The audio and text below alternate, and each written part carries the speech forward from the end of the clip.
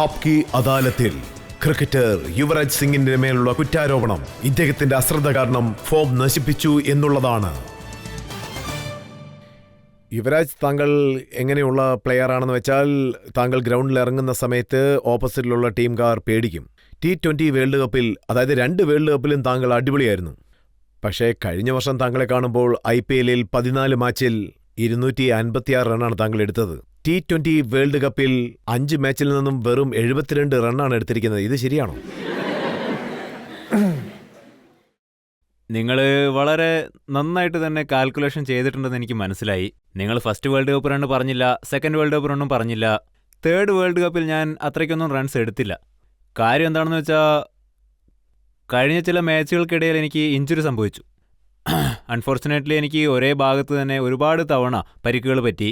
ഞാൻ വീണ്ടും കംബാക്ക് നടത്തി നല്ല രീതിയിൽ കളിക്കാൻ എനിക്ക് പ്രയാസം തോന്നി. എനിക്ക് സീരിയസ് ആയിട്ടുള്ളൊരു റിസ്റ്റ് ഇഞ്ചുറി സംഭവിച്ചു, നീ ഇഞ്ചുറിയും സംഭവിച്ചു. ഈ 2 ഇഞ്ചുറിക്കും ശേഷം എനിക്ക് ഒരു 3 ഫ്രാക്ചറും ഉണ്ടായി. ലാസ്റ്റ് സീസണിൽ എനിക്ക് നെക്ക് ഇഞ്ചുറിയും ഉണ്ടായി. സോ അൺഫോർച്ചുനേറ്റ്ലി എനിക്ക് ഒരുപാട് ഇഞ്ചുറികൾ സംഭവിച്ചു. ഞാനും എക്സ്ക്യൂസുകളൊന്നും പറയുന്നില്ല. ഞാൻ ഇന്ത്യക്ക് വേണ്ടി കളിക്കാൻ തുടങ്ങിയിട്ട് 10 വർഷമായി. ഈ 10-15 വർഷങ്ങൾക്കിടയിൽ ഒരു ബാറ്റ്സ്മാന് അപ്പ് ആൻഡ് ഡൗൺസ് ഉണ്ടാവുക എന്നത് സ്വാഭാവികമാണ്. ജീവിതത്തിൽ എപ്പോഴും ഫോം മാറി മറിഞ്ഞുകൊണ്ടിരിക്കും.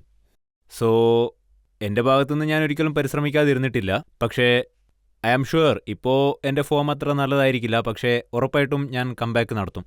ഗാരി ക്രിസ്റ്റൻ പറഞ്ഞു, വേൾഡ് കപ്പ് കളിക്കുന്ന സമയത്ത് 3 പ്ലെയേഴ്സ് ഫിറ്റല്ല, അതിൽ താങ്കളുടെ പേരും ഉണ്ടായിരുന്നു. ഒരുപക്ഷെ താങ്കൾ ഫിറ്റല്ല, പരിക്കുകൾ വല്ലതും ഉണ്ടായിരുന്നെങ്കിൽ എന്തിനു വേണ്ടിയാണ് താങ്കൾ കളിക്കാൻ പോയത്? അല്ല, ഞാൻ അങ്ങനെയൊന്നും പറഞ്ഞില്ല. ഞാൻ ഫിറ്റല്ല, ഞാൻ കളിക്കാൻ പോകുന്നില്ല എന്നൊന്നും പറഞ്ഞില്ല. പക്ഷേ അതിനു മുന്നേ എനിക്ക് ഇഞ്ചുറി ഉണ്ടായി എന്ന് ഞാൻ പറഞ്ഞു. പിന്നെ ഇഞ്ചുറിക്ക് മുന്നേ IPL നടന്നിരുന്നു, അതിൽ ഞാൻ കളിച്ചിരുന്നു. പിന്നെ 2020 വേൾഡ് കപ്പ് കളിക്കാൻ പോയി. പിന്നെ എനിക്കൊരിക്കലും ഇങ്ങനെ തോന്നിയിട്ടില്ല, അതായത് ഞങ്ങളുടെ കോച്ച് ഒരാളെ പ്രത്യേകിച്ച് ടാർഗറ്റ് ചെയ്യുന്നു എന്നൊന്നും. അദ്ദേഹം ഒരിക്കലും അങ്ങനെ ടാർഗറ്റ് ചെയ്യുന്ന ഒരാളൊന്നുമല്ല. ഒരുപക്ഷെ റെക്കോർഡുകൾ നോക്കുകയാണെങ്കിൽ അത് വളരെ വിചിത്രമാണ്. ഏതെങ്കിലും വലിയ മാച്ച് നടക്കുന്ന സമയത്ത് ഒന്നുകിൽ യുവരാജിന്റെ ശരീരത്തിന് പരിക്ക് പറ്റും, അല്ലെങ്കിൽ മനസ്സിന് പരിക്ക് പറ്റും.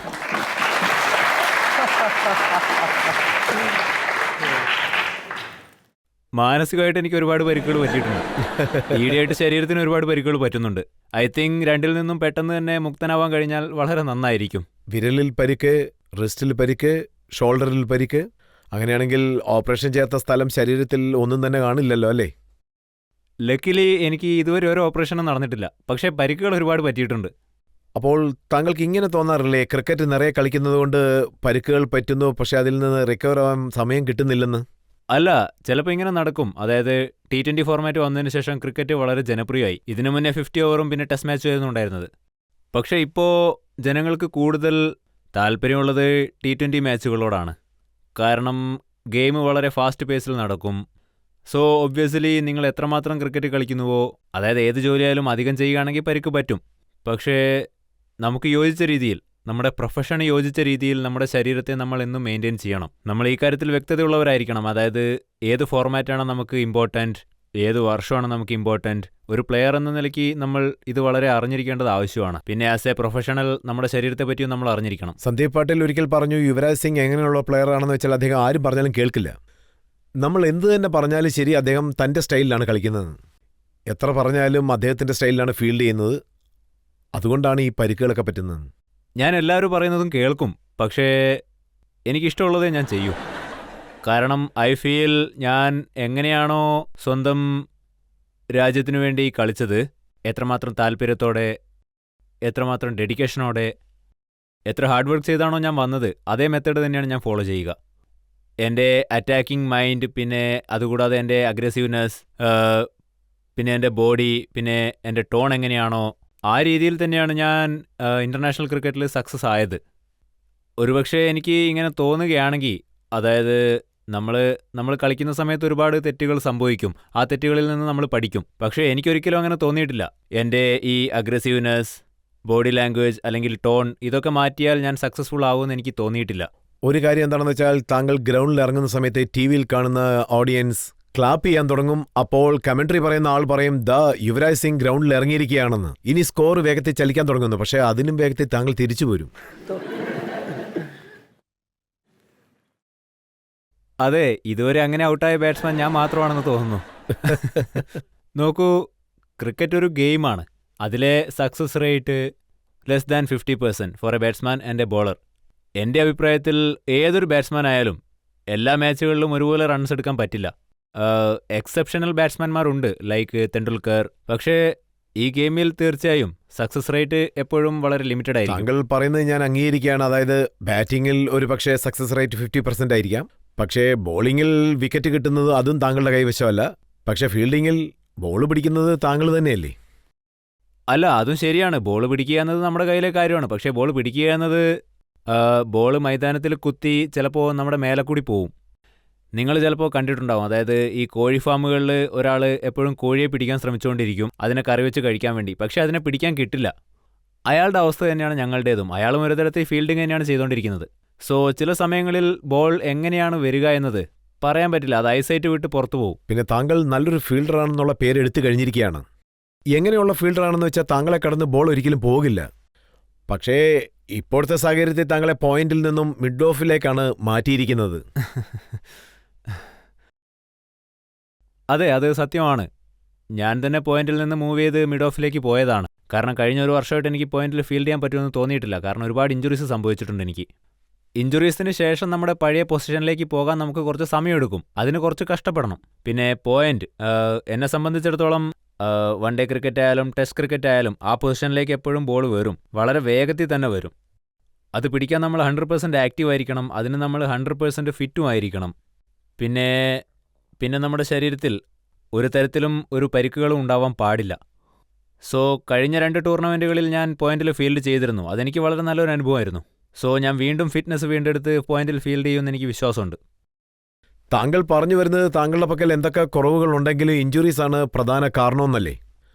അത് അല്ല, ഞാൻ അങ്ങനെയല്ല പറഞ്ഞത്. റോൾ ഇഞ്ചുറി കാരണമല്ല. ഞാൻ പറഞ്ഞത് ആ സമയത്ത് എനിക്ക് ഇഞ്ചുറികൾ കുറച്ച് അധികമായിരുന്നു എന്നാണ്. അതിന്റെ പരിണിതഫലം താങ്കളുടെ പെർഫോമൻസ്. തീർച്ചയായും.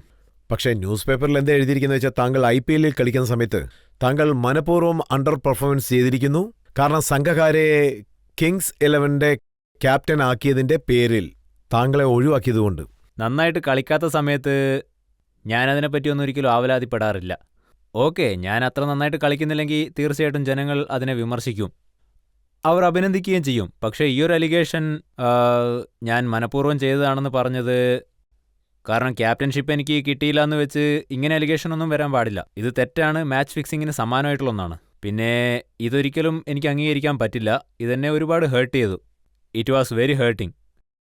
ജനങ്ങൾക്ക് ഈ കാര്യങ്ങളൊന്നും മനസ്സിലായിട്ടുണ്ടാവില്ല. പിന്നെ എന്നെപ്പറ്റി ആരൊക്കെയാണ് ഇങ്ങനെയുള്ള റിപ്പോർട്ടുകൾ കൊടുക്കുന്നതെന്ന് എനിക്ക് നന്നായിട്ടറിയാം. അവരെപ്പറ്റി ഇവിടെ സംസാരിക്കേണ്ട ആവശ്യമുണ്ടെന്ന് തോന്നുന്നില്ല. പക്ഷേ ഞാൻ ആ സമയത്ത് 2 മാസത്തോളം ഇഞ്ചുറിയുടെ പിടിയിലായിരുന്നു. എൻ്റെ റിസ്റ്റ് അപ്പോൾ ഇഞ്ചേർഡായിരുന്നു. എനിക്ക് തിരിച്ചു വരാൻ വീണ്ടും 2 മാസങ്ങൾ വേണ്ടി വന്നു. പിന്നെ ഫസ്റ്റ് 2-3 മാച്ചുകളിൽ എനിക്ക് ബോൾ ശരിക്കടിക്കാൻ പറ്റിയില്ല. കാരണം ഇഞ്ചുറിക്ക് ശേഷം എപ്പോഴും ഒരു ബിൽഡപ്പ് പ്രശ്നം ഉണ്ടാവും. പതുക്കെ നമുക്ക് ഫോമിലേക്ക് വരാൻ പറ്റുള്ളൂ പഴയ പോലെ കളിക്കാൻ. ആ സമയത്ത് അൺഫോർച്ചുനേറ്റ്ലി ഞങ്ങൾ തുടക്കത്തിൽ ഒരുപാട് മാച്ചുകൾ തോറ്റു. അപ്പോഴാണ് ഇങ്ങനെയൊരു അലിഗേഷൻ വന്നത്. ഞാനപ്പോൾ സംഘക്കാരോട് ഇരുന്ന് സംസാരിച്ചതാണ്.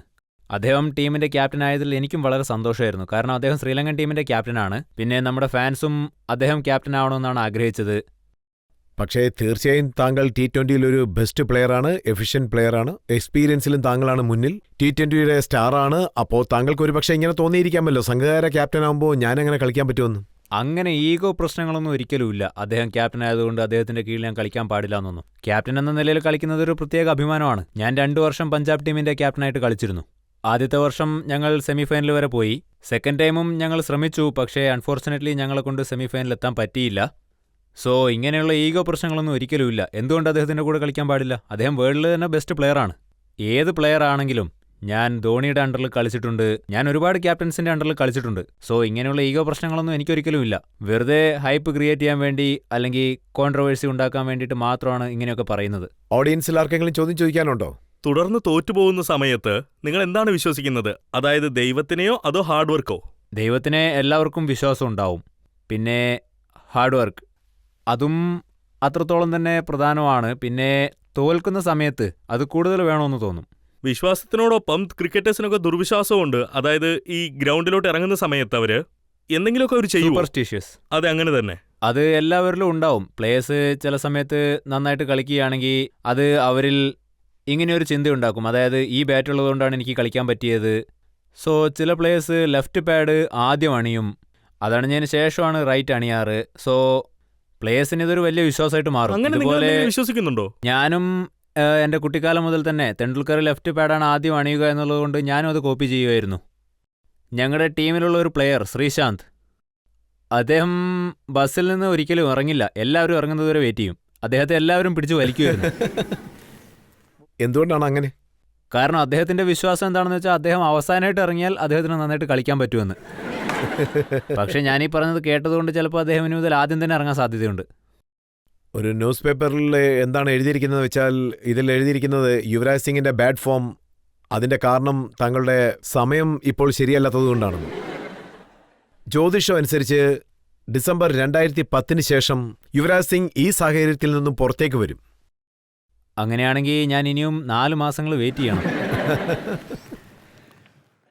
അപ്പോൾ ഇത് വിശ്വസിക്കാമല്ലേ, 2011 വേൾഡ് കപ്പ് നടക്കുന്ന സമയത്ത് ഇന്ത്യക്ക് വേണ്ടി യുവരാജ് സിംഗ് നന്നായിട്ട് കളിച്ച് ഇന്ത്യക്ക് വേൾഡ് കപ്പ് വാങ്ങിച്ചു കൊടുക്കും. രാഹു, കേതു എന്തു തന്നെയായാലും ഇതിലൊന്നും ഞാൻ വിശ്വസിക്കുന്നില്ല. ഞാൻ വിശ്വസിക്കുന്നത് നമ്മുടെ രാജ്യത്തെ റെപ്രസെൻ്റ് ചെയ്യുന്നതിലാണ്. ഡെഡിക്കേഷനും ഹാർഡ് വർക്കും ഉണ്ടാവണം. ഒരുപാട് പേര് ആ കാര്യങ്ങളൊക്കെ വിശ്വസിക്കാറുണ്ട്, പക്ഷേ ഞാനൊരിക്കലും അതൊന്നും വിശ്വസിക്കുന്നില്ല. സോ ഇംപ്രൂവ് ചെയ്യാൻ വേണ്ടി താങ്കൾ എന്ത് ചെയ്യും? ഇമ്പ്രൂവ് ചെയ്യാൻ വേണ്ടി കഴിഞ്ഞ 10 വർഷങ്ങളായിട്ട് ചെയ്യുന്ന കാര്യങ്ങൾ തന്നെ ഞാൻ കഠിനാധ്വാനം ചെയ്യുന്നുണ്ട്. നമ്മുടെ ഗോൾസ് എന്താണെന്ന് ചോദിച്ചാൽ വേൾഡ് കപ്പിൽ റീച്ച് ആവുക എന്നതാണ്. നമ്മുടെ നെക്സ്റ്റ് ഇന്നിങ്സിലാണ് കോൺസെൻട്രേറ്റ് ചെയ്യുന്നത്, ഓസ്ട്രേലിയ ന്യൂസിലാൻഡിൻ്റെ ഒക്കെ കൂടെ. പിന്നെ നമ്മുടെ ബോഡിയും വളരെ ദൃഢമായിട്ട് തന്നെ ഇരിക്കണം, സ്ട്രോങ് ആയിരിക്കണം. പിന്നെ മെൻ്റലിയും വളരെ ഫോക്കസ്ഡ് ആയിരിക്കണം. നിങ്ങൾ പറയുന്നത് പോലെ ഈ ഡിസ്ട്രാക്ഷൻസിൽ നിന്ന് അകലം പാലിക്കണം. ന്യൂസ് പേപ്പറുകൾ കുറച്ചേ വായിക്കാവൂ, TV കാണാൻ പാടില്ല. പിന്നെ നമ്മൾ ക്രിക്കറ്റിൽ മാത്രം ഫോക്കസ് ചെയ്യണം. പിന്നെ താങ്കളുടെ ബോഡി വെയിറ്റ് ഇൻക്രീസ് ആയി, അത് ഞങ്ങൾ കണ്ടു. താങ്കൾ ഗ്രൗണ്ടിൽ എൻ്റർ ആയിരുന്ന സമയത്ത് താങ്കളുടെ കുടവയറ് ഞങ്ങൾ കണ്ടു. അത് പിന്നെ അതും ഒരു തരത്തിൽ ഒരു അലിഗേഷൻ തന്നെയാണ്. അതായത് നമ്മുടെ പെർഫോമൻസ് അത്ര നല്ലതല്ലെങ്കിൽ അപ്പോൾ ഇങ്ങനെയുള്ള കാര്യങ്ങൾ പറയും. നമ്മുടെ വെയിറ്റ് ഇൻക്രീസ് ആയി, നമുക്ക് ഇഞ്ചുറി ആയി, അല്ലെങ്കിൽ പുറത്ത് കറങ്ങാൻ പോയി. പക്ഷേ ഞാൻ അറിഞ്ഞിടത്തോളം ഞാനൊരിക്കലും എൻ്റെ വെയിറ്റ് 10 കിലോയൊന്നും ഇതുവരെ കൂട്ടിയിട്ടില്ല. ജനങ്ങളത് മനസ്സിലാക്കുന്നില്ല. എൻ്റെ പരിക്കുകൾ കാരണം ഡോക്ടർ എന്നോട് പറഞ്ഞിട്ടുണ്ട്, അതായത് ഇപ്പോൾ ഓടാൻ പാടില്ല എന്ന്. ഞാൻ ഓടുകയാണെങ്കിൽ എൻ്റെ പരിക്കുള്ള ഭാഗങ്ങൾ അനങ്ങും. സോ തൽക്കാലം ഞാൻ റെസ്റ്റ് എടുക്കണം. പിന്നെ ഒരു 1.5 മാസത്തിന് ശേഷം ഞാൻ വീണ്ടും ട്രെയിനിങ് സ്റ്റാർട്ട് ചെയ്യണം. താങ്കൾക്ക് ഇത്രയും വയറ് വന്നതിന്റെ കാരണം പറഞ്ഞില്ലല്ലോ.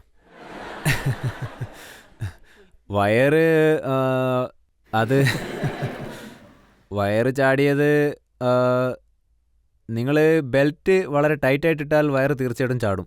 ഞാൻ ഈ ഷോയ്ക്ക് വരുമ്പോൾ എൻ്റെ ബെൽറ്റ് കുറച്ച് ലൂസായിട്ട് ഇട്ടത്, കാരണം എൻ്റെ വയറ് പുറത്ത് കാണാൻ പാടില്ലല്ലോ. അത്രമാത്രമൊന്നും എൻ്റെ വയറ് ഇതുവരെ ചാടിയിട്ടില്ല.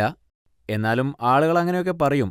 എൻ്റെ അറിവിൽ ഞാൻ എൻ്റെ ബോഡി നന്നായിട്ട് തന്നെയാണ് കെയർ ചെയ്യുന്നത്. ആസ് എ പ്രൊഫഷണൽ ഞാൻ ഇന്ത്യക്ക് വേണ്ടി കളിക്കുന്നുണ്ട്.